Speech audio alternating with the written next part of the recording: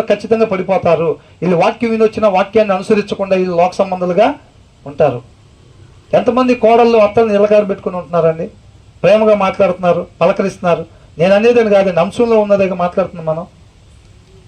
అవునా? వింటాం చక్కగా. రూతి ఏం చేసిందని అంటే టకటకా చెప్తాం, హన్న ఏం చేసిందంటే టకటకా చెప్తాం. మన ఇలకాడకు వచ్చేసరికి అత్తగారు కోడలు ఇద్దరికి మాటలు లేవు. భార్య భర్త మధ్యలో మాట్లాడితే అలగటం, మాటలు లేవు. 3 రోజుల నుంచి మాట్లాడుకోవట్లేదంట. ఈయన చెప్పమంటే ఇలాంటి మొత్తం టకటక విని చెప్తా ఉంటాం. అనుసరించి వచ్చేసరికి అదే ఫలించిపోవటం అంటే. ఫలించిపోవటం అంటే అంతే. విన్నదాన్ని విని వదిలిపెట్టేస్తే ముళ్ళ పొదల్లో పడిన విత్తనాల్లాగా, బండం మీద పడిన విత్తనాల్లాగా, త్రోవ పక్కన పడిన విత్తనాల్లాగా. మంచి నేలను పడే విత్తనం ఆ యొక్క పరిస్థితులు వచ్చినా రాకపోయినా మన కుటుంబాల్లో కూడా దేవుని నామని మహిమకరంగా భార్య భర్తల మధ్యలో సహవాసం ఏ రీతిగా ఉండాలి, అత్త కోడల మధ్యలో సహవాసం ఏ రీతిగా ఉండాలి.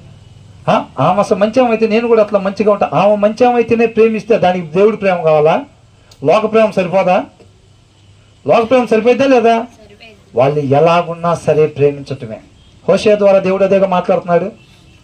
మీరు ఎలాగున్నా నేను ప్రేమించట్లేదా మిమ్మల్ని? ప్రతిసారి నువ్వు కూడా నీ భార్యని అట్లా ప్రేమించేస్తున్నాడు. ఉండేది కొద్దిగా అవకాశం, అవునా కదా? దేవుడి నామాన్ని గొప్పగా మహింపరచాలి. దీని తర్వాత కింద వచ్చి నువ్వేం మాట్లాడుతున్నావు చూడండి. ఇక ధ్యానించుకోవట్లేదు లేదా ఒక్క వచ్చిన. అసలు దేవుని చిత్తాన్ని నెరవేర్చేటప్పుడు అసలు ఎంత సంతోషంగా ఉంటుందో, ఎంత ఆనందంగా ఉంటుందో. మరియు హన్న విజ్ఞాపన చేసి ఇలాగా నేను ఏం చేస్తుందంట, ఉన్న కుమారుని తీసుకుని వెళ్ళి దేవుని సన్నిధిలో విడిచిపెట్టిన తర్వాత అంట ఏమో హృదయం ఎట్లా ఉందంట, ఎంతో సంతోషంగా ఉందంట. మహాబలము కలిగేను. అసలు తీసుకెళ్ళి తన కుమారుని దేవుని సన్నిధిలో వదిలిపెట్టేసిన తర్వాత తను చెప్తున్న మాటలు ఇవి. అర్థమవుతుందండి? ఎంతమంది అలా ఉండాలని ఇష్టపడుతున్నారు అంటే పిల్లల్ని తీసుకెళ్ళి ఎక్కడ వదిలిపెట్టమని నేను చెప్పట్లేదండి. స్వభావం దేవునిలో అంటు కట్టబడి ఉండే స్వభావం. అవునండి. తర్వాత ఏమంటుంది? చూసారా ఎట్లా మాట్లాడుతుందో చూసారా అన్న. ఇప్పుడు అది మొత్తం కూడా మిగతా కింద వచ్చిన దేవుని కృప అయితే కనుక తర్వాత మనం ధ్యానించుకుందామండి ఆ విషయం. మన కుటుంబాలు కూడా అలా ఉండాలండి.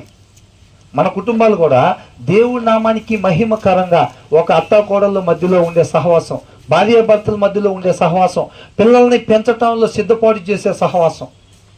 న్యాయాధిపతులు ఏమనుందో తెలుసండి, ఒక తరం వారంతా యెహోషువ చనిపోయిన తర్వాత ఆయనతో పాటు ఉన్న పెద్దలు చనిపోయిన తర్వాత అంట దేవుని తెలియని తరం వచ్చిందంట. ఒకటి ఎలా వచ్చిందండి అసలు? అది ఎలా వచ్చింది?